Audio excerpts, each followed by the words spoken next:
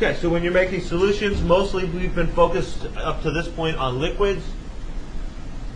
When your solvent is a liquid, that's the most common type. But your solvent could be a gas. You could mix two gases together. Your solvent could be a solid, and you could have gas particles mixed in with the solid. That's not very common. You could have a liquid mixed in with a solid, also not very common. Solids mixing together, that's pretty common. That's like an alloy. So when you mix gold, which is in its pure form 24 carats, you mix it with other metals, you get it down to like 14 carats. Gold is a really soft metal. So gold jewelry that's pure gold is pretty soft. It's not very resilient to impact or dropping it or whatever. So it's usually mixed with other metals to make it harder, and that allows it to be, better for some purposes. But mixing solids together thoroughly, usually you would melt them down, get them to mix as liquids. The motion of the liquid causes everything to mix thoroughly, and then when you kind of freeze that back into a solid, everything stays mixed. So like brass is an example of copper and zinc mixed together, and since they mix thoroughly and evenly, technically that is considered a solution. So normally we think of solutions as being dissolved in liquid, but any two states of matter, if they dissolve thoroughly and evenly and it makes it homogeneous, that technically is considered a solution.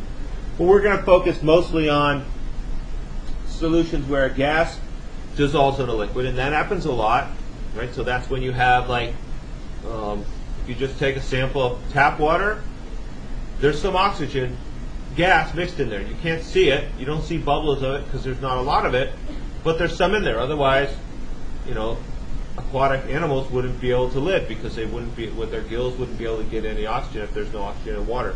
So they take advantage of the dissolved gases that are in liquids. Liquid solutions we'll talk about. We already kind of talked about that a lot.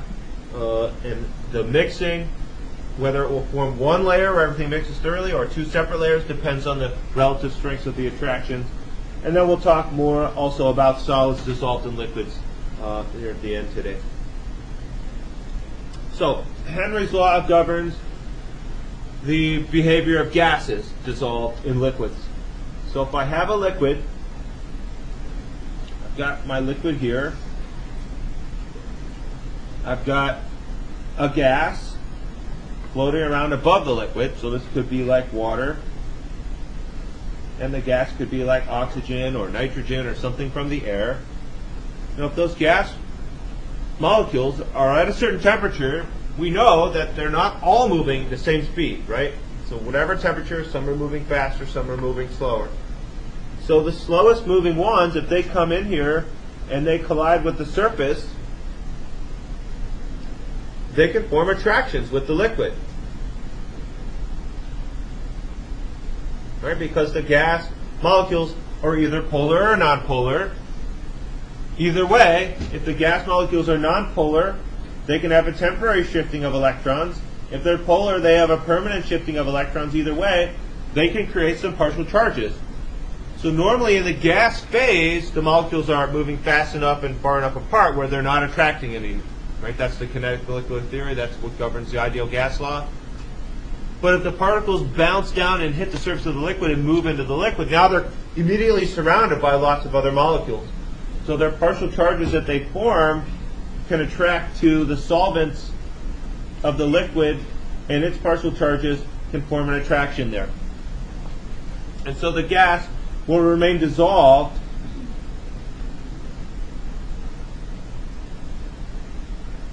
as long as it forms those attractions. But then if that gas molecule starts to move faster, something collides with it and gives it speed, and it breaks its intermolecular attractions, it could then escape from the surface of the liquid.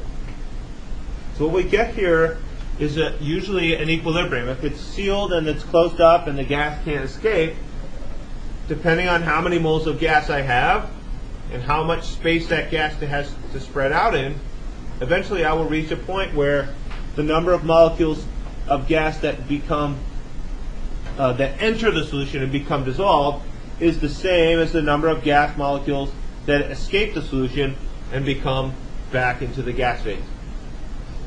That will create a certain pressure, right? Because there will be some molecules at all times in the gas, and some pressure will result from that. And so Henry's law basically just says the more gas I have, the more moles of it I have, the concentration of that gas is going to be proportional to the pressure.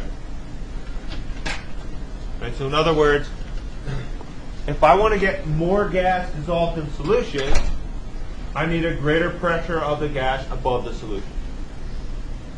Right, so the pressure of the gas is how hard and how many collisions there are between the gas and the walls of the container, but the gas is also colliding with the surface of the liquid.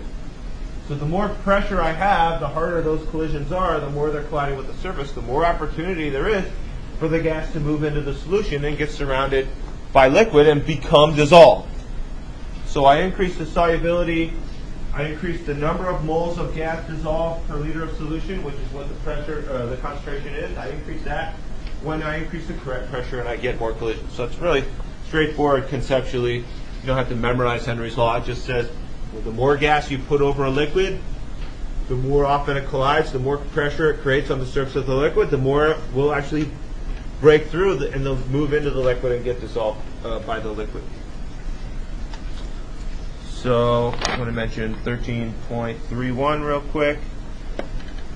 So this is a interesting example. It says a man bought a goldfish in a pet shop. Upon returning home, he put the goldfish in a bowl of recently boiled water that he had been cooled quickly. So I don't know why he did that. Maybe he thought that the water had bacteria and he's trying to purify the water. So he got some water, he boiled it, and then he let it cool down. Then he put the fish in. So the fish goes in there and it dies. Poor guy. The fish didn't die because the liquid was hot and the fish got boiled. The liquid was cold, so why did the fish die? Right, there's no oxygen, right? So what this also tells me then is that if I have a solution where there's gas dissolved, like oxygen dissolved in the water, so maybe I'll take the top off so it doesn't explode, but if I heat this up, the water molecules have hydrogen bonds. So it takes a lot of energy to get the water to boil, right? For the water molecules to separate and evaporate. But the gas that's dissolved in the water, which is usually like oxygen, CO2, nitrogen, molecules are usually nonpolar. So any oxygen that's in that water is nonpolar. The oxygen-water attractions are not that strong. Dipole-induced dipole. So when I heat it up a little bit, the first stuff to leave solution and evaporate is the dissolved gas. And if you do this, if you heat up water, I guarantee you've done it. You take some water, either in the lab or at home, you go to boil the water on the stove or on a hot plate or whatever. You see bubbles forming. Initially, those bubbles are not water. Initially, the bubbles are the dissolved gases that are escaping. So you can boil out pretty much all the oxygen before the water boils away, because the attractions that the oxygen has with the water are weaker than the water-water attraction. And then if you cool that down, then there's no oxygen in there. It takes a while for oxygen from the atmosphere to come back in and start to get dissolved in that water. And so then you don't want to put a fish in there because it won't be able to survive without oxygen. So that, I wanted to mention that example because it does a good job of illustrating how the temperature of the solution affects how much gas will be dissolved in it. Right? So if you increase the pressure of the gas, more will dissolve because there will have more collisions with the surface of the liquid. But if you increase the temperature of the liquid, less gas will dissolve because you'll be breaking those attractions between the gas and the liquid, and the gas will be escaping the liquid. All right, so let's talk about another. So that was basically all we need to know for now about gases in solution. Well, what about solids in solution? So one type of solid that the textbook focuses on a lot is an ionic compound. So in an ionic compound, you have usually a metal with a positive or a +2 or +3, and a non-metal or group of metals with a negative or a -2 or a -3. And so these have a nice, strong ionic bond. So if I want to dissolve these in liquid, I need a polar liquid, a very polar liquid usually. Because if I want to make these ions separate and keep them dissolved, I can't let them come back together. If they come back together, they'll reform the solid and they won't stay dissolved. So I need something like water that's very polar, because the partial negative is going to attract here and I'll have a bunch of water molecules to surround it. The partial positive is going to attract here and I'll have a bunch of water molecules to surround it. So if those water molecules form strong enough attractions with the ions, they kind of form like a shield, a layer around the ions that prevent the ions from really getting close enough to feel each other's attractions and coming back together. So there's a couple of visual depictions of that. So this is one of the pictures in the textbook. It does a nice job of showing the partial charges. Notice that the water molecules, the way they line up around the ions is the opposite depending on what the charge on the ion is, right? So the negative ion here, all the partial positive ends of the water molecules surround that. And for the positive ion, all the partial negative ends of the water molecules surround it. Creates that layer of solvation. Solvation just means solvent surrounding solute. It's a layer of solvent that surrounds the solute through whatever type of attractions there are. When the solute is an ionic compound, it's an ion dipole attraction. When the solvent is water, solvation is also known as hydration. So solvation is more of a general term. It could be for any solvent surrounding dissolved solute with attraction. Hydration is specific for when the solvent is water and the water surrounds the solute to form attraction. So let's look at a more visual depiction of this. So here I've got purple and green. So right now, what are the charges on my ions? 0. Right? They're not attracting. They're just there, bouncing around with the water molecules. So let's say I make the purple ion negative. So I'm going to make the charge negative. Immediately it pulls the water molecules around it.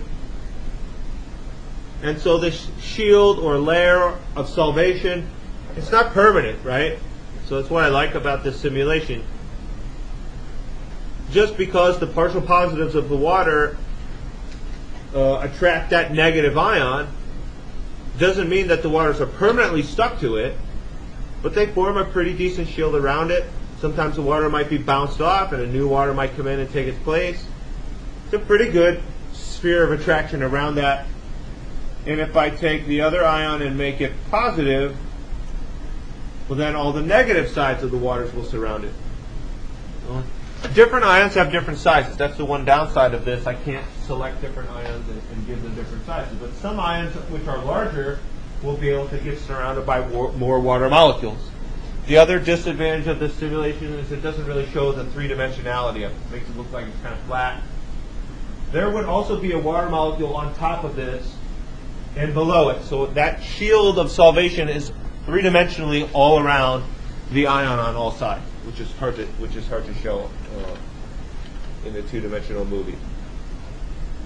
And then I could also, if I make the charge a little bit weaker, then the sphere of solvation isn't as effective. The water molecules bounce off more. They don't come in as readily. But there's still some attractions there. Maybe a little bit stronger. If it's a little stronger, but then I increase the temperature, what happens then? Well, the temperature increase gives everything more motion. So everything's moving more, vibrating more, colliding more. I don't know if this is even doing anything. I think so. Anyway, though, if you increase the temperature, the attractions are less effective. So nothing is held together as effectively. And that usually encourages things to mix more readily. Because the mixing is a result of the motion and the collisions and getting things to allow their motion to make things more random and thoroughly mixed. And that is more effective at a higher temperature when the attractions don't hold things together as tightly.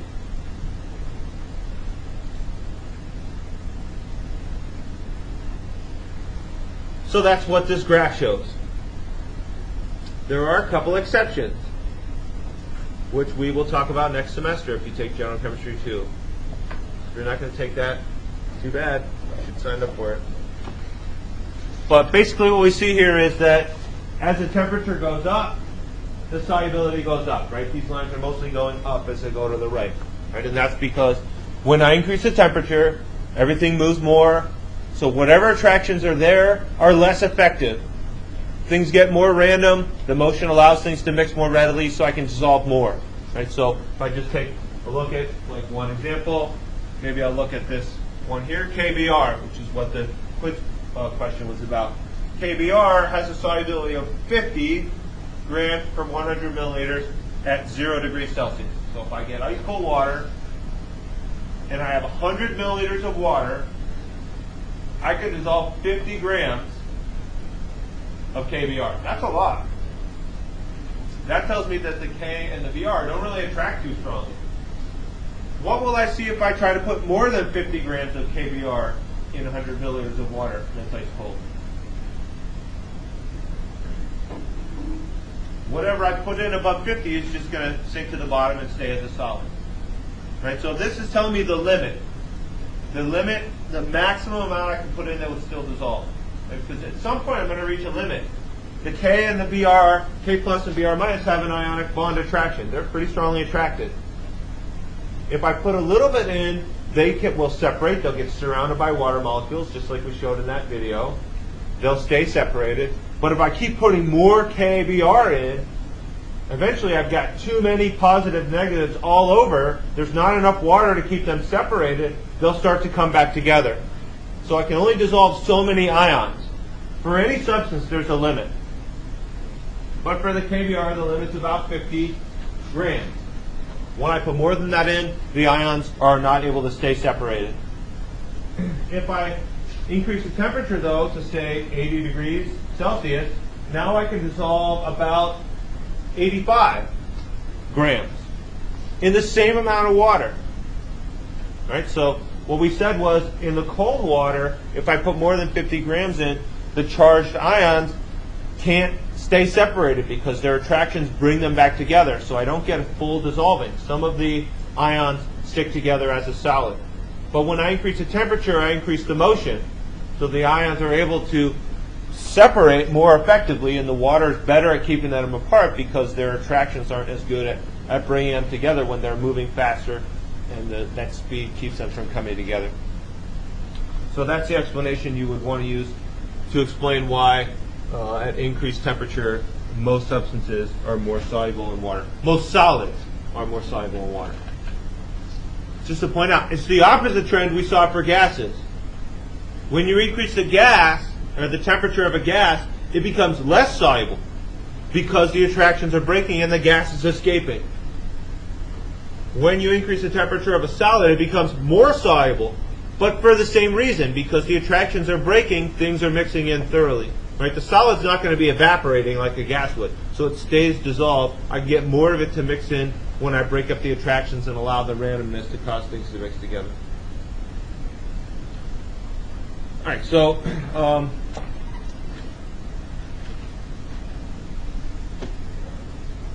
when I dissolve ions in solution, that also allows me to have the possibility to conduct electricity.